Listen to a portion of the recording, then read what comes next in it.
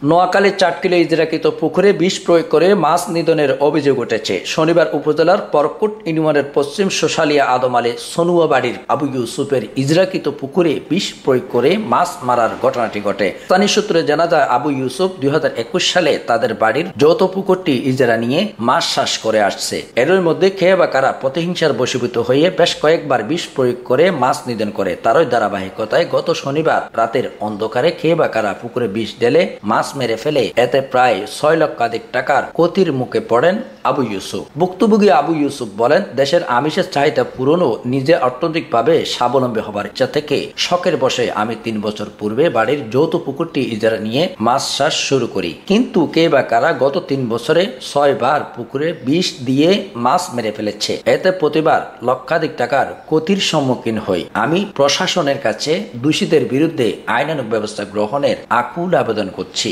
চাটকিল থানার ভারপ্রাপ্ত কর্মকর্তা ওসি এমদাদুল হক বলেন, এই বিষয়ে একটি অভিযোগ পেয়েছি। তদন্ত সাপেক্ষে দোষীদের বিরুদ্ধে প্রয়োজনীয় ব্যবস্থা গ্রহণ করব। নোয়াখালী চাটকিল থেকে রিপোর্ট করেছেন Billal Hossain Naim, CNN Bangla 24 news desk.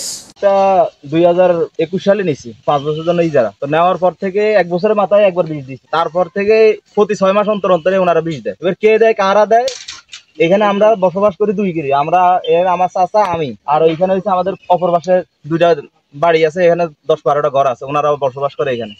এটার মাঝখানে হচ্ছে পুকুর আমাদের। এই পুকুর মধ্যে কে বিষ ডালে, এখানে তার অন্য কেউ আসে না। এখানে সবগুলো প্রতি বছরে 2 বার বিষ ডালে আমার। প্রথম বছর আমার প্রায় 7 লাখ টাকার মাছ নষ্ট করছে। পরের বছর আবার আমি মাছ দিছি, প্রায় আমি 1 লক্ষ টাকার মাছ দেওয়ার পরে ওরা আবার 6 মাস পরেই আবার বিষ ডাল, মানে প্রতি বছরের গোড়ায় 6 মাস অন্তর অন্তর ওনারা বিষ দেয়। এবার যেই দেয়, তো এটার একটা ভালো সুষ্ঠু তদন্ত চাই আমি, এটা যাতে একটা ভালো বিচার করেন।